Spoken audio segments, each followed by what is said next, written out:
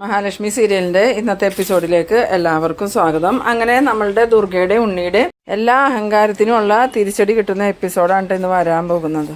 എന്തായാലും ദുർഗയും ഉണ്ണിയും കോടതിയിൽ വന്നിരുന്നെങ്കിലും എന്താ സംഭവം എന്നുള്ളത് അവർക്ക് വ്യക്തമായിട്ട് മനസ്സിലാവണമെന്നില്ല. ഈ പ്രതാപനാണ് വിശ്വനാഥനെ കൊന്നേന്നുള്ളൊരു സംശയം മാത്രമേ തോന്നുന്നുള്ളൂ. അത് പ്രതാപനാണെങ്കിൽ സമ്മതിക്കണമില്ല. ആ സമയത്ത് ദുർഗ ഉണ്ണിയോട് ചോദിക്കുമ്പോൾ ഉണ്ണി പറയുന്നുണ്ട്, എനിക്കൊന്നും മനസ്സിലാവണില്ല അമ്മേ, അയാൾ അതിനൊന്നും സമ്മതിക്കണില്ലല്ലോ എന്ന്. അങ്ങനെ കണ്ണൻ ഓരോരോ ചോദ്യങ്ങൾ ചോദിക്കുന്നതിൻ്റെ ഇടയ്ക്ക് ഈ പ്രതാപന് സത്യങ്ങൾ തുറന്നു പറയേണ്ട ഒരു സാഹചര്യം വരാണ്. അത് വേറെ ഒന്നുമല്ല, നമ്മളുടെ മാർക്കോ ഈ കരുണയെ ഭീഷണിപ്പെടുത്തി തടവല്ലു വച്ചതുകൊണ്ട് തന്നെ മൊഴി മാറ്റി പറഞ്ഞ കരുണയെ കൊല്ലൂ എന്നുള്ള പേടി പ്രതാപനുണ്ട്. അതുകൊണ്ട് നമ്മളുടെ പ്രതാപനാണെങ്കിൽ ആകെ പെട്ട അവസ്ഥയെ തന്നെയാണ്. ആ സമയത്താണ് കണ്ണൻ ചോദിക്കുന്നത്, വാമദേവ, ഞാൻ ചോദിച്ചതിന് ഇതുവരെയും മറുപടി പറഞ്ഞില്ലല്ലോ, നിങ്ങൾ പ്രതാപന് കൊട്ടേഷൻ കൊടുത്തു എന്ന് ചോദിക്കുമ്പം വാമദേവൻ പറയുന്നുണ്ട്, ഇല്ല, ഞാൻ അങ്ങനെയൊന്നും കൊടുത്തിട്ടില്ല. പിന്നെ വാമദേവൻ്റെ അക്കൗണ്ടിൽ നിന്നും ഈ പ്രതാപൻ്റെ അക്കൗണ്ടിലേക്ക് ആ ആക്സിഡൻറ്റിൻ്റെ തലേദിവസവും അതിനുശേഷവും വലിയൊരു എമൗണ്ട് എത്തിയിട്ടുണ്ടല്ലോ, അതെന്തിൻ്റെ പേരിലായിരുന്നു? നിങ്ങൾ തമ്മിൽ എന്തെങ്കിലും ബിസിനസ് ഉണ്ടായിരുന്നോ എന്ന് ചോദിക്കുമ്പോൾ വാമദേവൻ പറയുന്നുണ്ട്, ഇനിയിപ്പോൾ കമ്പനിയിലേക്ക് മണൽ മേടിച്ചിട്ടുണ്ടോ എന്നൊന്നും ഞാൻ ഓർക്കണില്ല, വർഷം ഇത്രയായില്ലേ, അതുകൊണ്ട് എനിക്ക് ആ കാര്യമൊന്നും ഓർമ്മയില്ല എന്ന് പറയുമ്പം കണ്ണൻ പറയുന്നുണ്ട്, ഇനിയിപ്പോൾ കമ്പനിയിലേക്ക് മണൽ മേടിച്ചെങ്കിലും അത് കമ്പനിയുടെ ഉത്തരവാദിത്തത്തിലല്ലേ, അതിന് കമ്പനിയിൽ രേഖകളുണ്ടാവും. പക്ഷേ ഞാനിപ്പോൾ അതിൻ്റെ MD, വേണമെങ്കിൽ ആ രേഖകൾ ഞാനിവിടെ സമർപ്പിക്കാം. എന്തായാലും ഞാനിപ്പോൾ അതിനൊന്നും പോണില്ല. എനിക്ക് കുറേ കാര്യങ്ങൾ വ്യക്തമായിട്ട് അറിയാം. ഇയാൾ ഒരു ലോറി ഡ്രൈവറായിരുന്നു. ഇയാൾക്ക് ഒരു ലോറിയിൽ മണൽ കടത്തിയാൽ എത്ര തുക കിട്ടുമെന്നും എനിക്കറിയാം. എന്തായാലും ഇയാളുടെ അക്കൗണ്ടിലേക്ക് അതിനു മുമ്പോ ശേഷമോ അത്രയും വലിയൊരു തുക വന്നിട്ടില്ല. അത്രയും വലിയ തുക എന്ന് മാത്രമല്ല, അതിൻ്റെ 10-1 പോലും ഒരിക്കലും ഇയാളുടെ അക്കൗണ്ടിലേക്ക് വന്നിട്ടില്ല. നിങ്ങൾ ഇട്ട് കൊടുത്ത പൈസയാണ് വന്നേക്കണേ.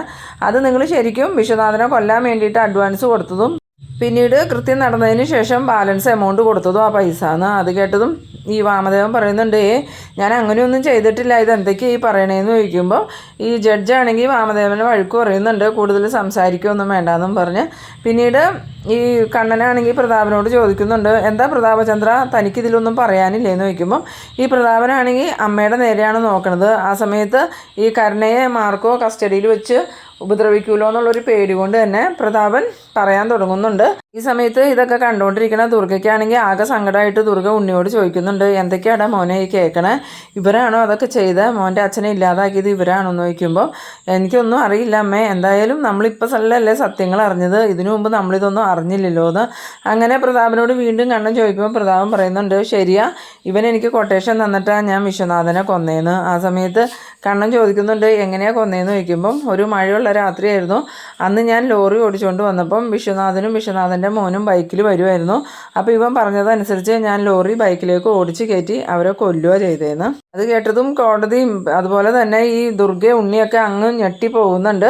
അന്നേരം വാമദേവൻ പറയുന്നുണ്ട്, ഇവൻ വെറുതെ നുണ പറയണതാ, ഞാൻ ഇവനക്ക് അങ്ങനെ പൈസയൊന്നും കൊടുത്തിട്ടില്ല എന്ന് പറയുമ്പോൾ കണ്ണൻ പറയുന്നുണ്ട്, അതിൻ്റെ ബാങ്ക് സ്റ്റേറ്റ്മെൻറ്റൊക്കെ ഞാൻ എടുത്തിട്ടുണ്ട്, എന്തായാലും അത് ഞാൻ കോടതിയിൽ സമർപ്പിക്കാമെന്നും പറഞ്ഞ് അനന്തുവിനോട് പറയുമ്പം അനന്തു ആ രേഖകളെല്ലാം കോടതിയിൽ സമർപ്പിക്കുന്നുണ്ട്. ജഡ്ജാണെങ്കിൽ ആ രേഖകളൊക്കെ പരിശോധിച്ച് നോക്കുന്നുണ്ട്. എന്നിട്ട് ജഡ്ജ് പറയുന്നുണ്ട്, എന്തായാലും നിങ്ങൾ ചെയ്തതൊരു ഹീനകൃത്യം തന്നെയാണ്, വർഷം ഇത്രയായെന്ന് കരുതി അതിനൊരു മാപ്പ് തരാനൊന്നും പറ്റില്ല. ആ സമയം കണ്ണൻ പറയുന്നുണ്ട്, ഇയാൾ ശരിക്കും ഇയാളുടെ പെങ്ങളെ എൻ്റെ രണ്ടാനമ്മയായിട്ട് എൻ്റെ വീട്ടിലോട്ട് പറഞ്ഞു വിട്ടത് പെങ്ങൾക്കൊരു ജീവിതം കിട്ടാനോ എന്നെ നോക്കാൻ വേണ്ടിയിട്ടൊന്നും ആയിരുന്നില്ല, ഇയാൾക്ക് അതിലൂടെ നേട്ടങ്ങൾ ഉണ്ടാവുമെന്ന് കരുതിയിട്ട് മാത്രമായിരുന്നു. എന്തായാലും ഇയാൾ കൺസ്ട്രക്ഷൻ കമ്പനി നോക്കി നടത്തിയിരുന്ന സമയത്ത് ഇയാൾ ഒരുപാട് അഴിമതി നടത്തി, അതെൻ്റെ അച്ഛൻ കണ്ടുപിടിച്ചു. ആ സമയത്ത് അച്ഛൻ ഇയാളെ കമ്പനിയിൽ നിന്ന് പുറത്താക്കാൻ നിന്നപ്പോഴാണ് ഇയാൾ അച്ഛനെ കൊന്നു കളഞ്ഞത്. അതുമാത്രമല്ല, അച്ഛൻ്റെ മരണശേഷം ഞാൻ കുറേ കാലം അബോധാവസ്ഥയിലായിരുന്നു. അതിനുശേഷം ഞാൻ നടു തളർന്ന് വീൽ ചെയറിൽ തന്നെയാണ് ജീവിച്ചത്. എൻ്റെ ജീവിതവും കൂടെ കൂടിയാണ് ഇയാൾ നശിപ്പിച്ചത്. അതുമാത്രമല്ല, ഇയാൾ എനിക്ക് നല്ലൊരു ചികിത്സ പോലും തന്നില്ല, എൻ്റെ മരുന്നിൽ പോലും ഇയാൾ മായം കലർത്തി. എൻ്റെ രണ്ടാനമ്മയുടെ സഹോദരനായിട്ടുള്ള ഇയാൾ എന്നോട് ഒരുപാട് ദ്രോഹങ്ങൾ ചെയ്തിട്ടുണ്ട്. അതുകൊണ്ട് ഇവർക്ക് ഒരിക്കലും ജാമ്യം കൊടുക്കരുതെന്ന് എനിക്ക് കോടതിയോടുള്ള അപേക്ഷ എന്ന് പറയുമ്പം ജഡ്ജ് പറയുന്നുണ്ട്, എന്തായാലും ഇവർക്ക് ജാമ്യം കൊടുക്കാൻ പറ്റില്ല, വർഷങ്ങൾക്ക് മുമ്പ് നടന്നതാണെങ്കിലും ഇവർ ചെയ്തത് കൊടും ക്രൂരതയാണ്, അതുകൊണ്ട് ഇവർക്ക് ഒരിക്കലും ജാമ്യം അനുവദിക്കാൻ പറ്റില്ല. അതുകൊണ്ട് തന്നെ ഇവരുടെ ജാമ്യം കോടതി നിഷേധിക്കുകയാണ്. അത് കേട്ടതും പ്രതാപനും വാമദേവനും ഇങ്ങനെ ആകെ സങ്കടമാവുന്നുണ്ട്. എന്നിട്ട് ഈ സമയത്ത് നമ്മളുടെ ദുർഗയാണെങ്കിൽ ഇരുന്ന് കരയുന്നുണ്ട് കേട്ടോ. ഇവരുടെ ജാമ്യം നിഷേധിച്ചു, ജയിലിലേക്ക് വിടുകയെന്ന് പറഞ്ഞതും ദുർഗ വേഗം തന്നെ അവിടെ നിന്ന് എണീറ്റ് പോകുമ്പം ഉണ്ണിയും പുറകെ പോകുന്നുണ്ട്. അങ്ങനെ ഉണ്ണിയും ദുർഗയും പോണ കണ്ടിട്ട് കണ്ണനും അനന്തും ഇവരുടെ ആ പോക്ക് നോക്കി നിൽക്കുന്നുണ്ട്. കണ്ണൻ്റെ മുഖത്താണെങ്കിൽ ഭയങ്കര ഒരു പരിഹാസ ചിരിയാണ് വരുന്നത്. ഇത്രയും നാളും ആങ്ങളേനെയും പ്രതാപനെയും വിശ്വസിച്ച് ഈ കണ്ണനെയും മഹാലക്ഷ്മിയും കൊല്ലാനായിട്ട് നടക്കുമായിരുന്നല്ലോ ദുർഗയും ഉണ്ണിയും. ആ ഒരു ഇത് കണ്ണൻ്റെ മുഖത്ത് കാണുന്നുണ്ട്. പിന്നീട് ദുർഗയും ഉണ്ണിയും പുറത്തേക്ക് വന്നു കഴിഞ്ഞതും ഉണ്ണി പറയുന്നുണ്ട്, അമ്മേ നമ്മൾ എന്തൊക്കെയാണ് കേട്ടത്? അതേടെ മോനെ, ഇവർ കാരണമാണോ നിൻ്റെ അച്ഛൻ മരിച്ചത്? ഞാനത് ഒരിക്കലും അറിഞ്ഞില്ലല്ലോ. എനിക്കൊരു ജീവിതം ഉണ്ടാക്കി തന്നിട്ട് ആ ജീവിതം ഇയാൾ തന്നെ നശിപ്പിച്ചല്ലോ. അവരൊന്നും വെറുതെ വിടരുത് മോനെ എന്ന് പറയുമ്പം, എന്തായാലും നമ്മൾ ഇത്രയും നാളിതൊന്നും അറിഞ്ഞില്ലല്ലോ അമ്മേ, നമ്മൾ അറിയാണ്ടല്ലേ അവരുടെ കൂടെ ജീവിച്ചതെന്നൊക്കെ പറയണു. ആ സമയത്താണ് പോലീസ് ഈ വാമദേവനെയും പ്രതാപനെയും വെളിയിലേക്ക് കൊണ്ടുവരുന്നത്. ആ കൊണ്ടുവരുന്ന സമയത്ത് ഈ പ്രതാപനും വാമദേവനും അവിടെ നിൽക്കുന്ന ദുർഗേനെയും ഉണ്ണീനെയും കണ്ടതും പെട്ടെന്ന് തന്നെ മുഖം തിരിച്ച് പോവാൻ നിൽക്കുമ്പോൾ ദുർഗ എടാന്നും വിളിച്ചുകൊണ്ട് ഓടി അങ്ങോട്ട് ചെല്ലുന്നുണ്ട്.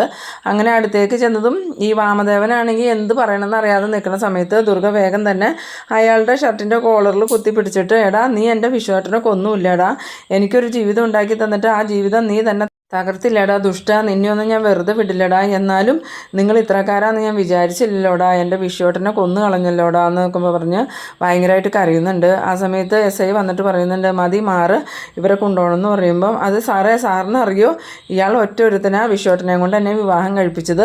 അന്ന് വിശ്വട്ടൻ വിവാഹമേ വേണ്ടെന്നും പറഞ്ഞുകൊണ്ട് നടന്നതാ. അന്ന് 5 വയസ്സുള്ള ഈ ഇരിക്കണ കണ്ണനില്ലേ, അവനെ നോക്കാനാന്നും പറഞ്ഞ് എന്നെ നിർബന്ധിച്ച വിശ്വട്ടനെ കൊണ്ട് വിവാഹം കഴിപ്പിച്ച്. ആദ്യം ഇവൻ വിശ്വട്ടനെ നിർബന്ധിച്ചു, അവനെ നോക്കാൻ ഒരാൾ വേണമെന്നും പറഞ്ഞ്. അങ്ങനെ വിശ്വട്ടനെ നിർബന്ധിച്ച് വിശ്വട്ടൻ ഈ വിവാഹത്തിന് സമ്മതിച്ചതിന് ശേഷം ഇവൻ എന്നോട് വന്ന് കാര്യങ്ങൾ പറഞ്ഞത്.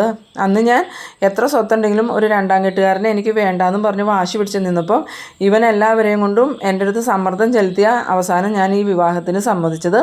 പക്ഷേ വിശ്വട്ടന് വിവാഹം കഴിച്ചിട്ട് എൻ്റെ ജീവിതം സ്വർഗ്ഗതുല്യമായിരുന്നു. പിന്നീട് ഇവൻ തന്നെ എൻ്റെ ആ ജീവിതം നശിപ്പിച്ചു. എൻ്റെ ജീവിതം നരകാക്കിയത് ഇവൻ ഒറ്റ ഒരുത്തനാ. അതുകൊണ്ട് ഇവനെ ഒരിക്കലും വെറുതെ വിടരുത്. ഇവൻ വിശ്വട്ടൻ്റെ സ്വത്ത് കണ്ടിട്ട് എന്നെ വിശ്വട്ടന് വിവാഹം ചെയ്തു കൊടുത്തത്. എന്നാലും ഒരിക്കലും ഇവൻ എൻ്റെ ജീവിതം നശിപ്പിക്കുമെന്ന് ഞാൻ വിചാരിച്ചില്ല സാറേന്ന്. സാറിനെ അറിയോ, എൻ്റെ വിശ്വട്ടനെ കൊല്ലുന്നത് പ്രതാപനാണെങ്കിലും കൊല്ലിച്ചത് ഇവനാ. എന്നിട്ട് ഇവൻ തന്നെ അവൻ്റെ മോളെയും കൊണ്ട് എൻ്റെ മകൻ്റെ വിവാഹം നടത്തിച്ചു. അങ്ങനെ ഒരു ദ്രോഹവും കൂടി ഇയാൾ എന്നോട് ചെയ്തു. ഇതൊന്നും ഒരിക്കലും പൊറുക്കാൻ പറ്റില്ല. ഇവന്മാർ രണ്ടും നരകിച്ചേ ചാവുള്ളൂന്ന്. ഈ സമയത്ത് നമ്മളുടെ കണ്ണനും അനന്തും അങ്ങോട്ട് വരുന്നുണ്ട്. ഈ ദുർഗയുടെ കരച്ചിലും സങ്കടമൊക്കെ കാണുമ്പം കണ്ണനുക്കും നല്ല വിഷമാവുന്നുണ്ടെങ്കിലും കണ്ണൻ അവരുടെ അടുത്തേക്ക് പോവോ ഒന്നും സംസാരിക്കുകയോ ഒന്നും ചെയ്യണില്ല. എന്നിട്ട് ദുർഗ വീണ്ടും പറയുന്നുണ്ട്, ബാക്കി നടന്ന കാര്യങ്ങളൊക്കെ സാറിന് അറിയാവുന്നതല്ലേ, ഒരിക്കലും കണ്ണൻ ഈ സത്യങ്ങളൊന്നും എന്നോട് പറഞ്ഞിട്ടുണ്ടായിരുന്നില്ല. എന്തായാലും ഇവരെ വെറുതെ വിടരുത് സാറേ, ഇവർ രണ്ടുപേരും ഈ ലോകത്ത് തന്നെ നരകിച്ചാൽ ജീവിക്കാവുള്ളൂ, ഇവരിത് അനുഭവിക്കാതെ പോകരുതെന്നൊക്കെ പറഞ്ഞ് നല്ലോണം പ്രാകുന്നുണ്ട്. അതിനുശേഷം ഈ പ്രതാപൻ്റെ അമ്മയുടെ അടുത്തേക്ക് വന്നിട്ട്, നിങ്ങളും കൂടി അറിഞ്ഞുകൊണ്ടല്ലേ ഇവരിതെല്ലാം ചെയ്തത്, ഇതിനെല്ലാം കൂട്ടുനിന്നാൽ നിങ്ങൾ നരകിച്ചാൽ ഈ ലോകത്തുനിന്ന് പോവുള്ളൂ, അല്ലാതെ നിങ്ങൾ ഇവിടുന്ന് പോകുമൊന്നുമില്ല എന്ന് പറയുമ്പോൾ ഈ പ്രതാപൻ്റെ അമ്മയുടെ മുഖമാണെങ്കിൽ ഇങ്ങനെ ആകെ സങ്കടം കൊണ്ട് ഇങ്ങനെ നിൽക്കുന്നുണ്ട്. ഇതേസമയം ദുർഗ കിടന്ന് കരയുമ്പോൾ ഉണ്ണി ദുർഗയെ ആശ്വസിപ്പിച്ചുകൊണ്ട് നിൽക്കുന്ന ആ ഒരു സീനിലാണ് ഈ എപ്പിസോഡ് അവസാനിക്കുന്നത്.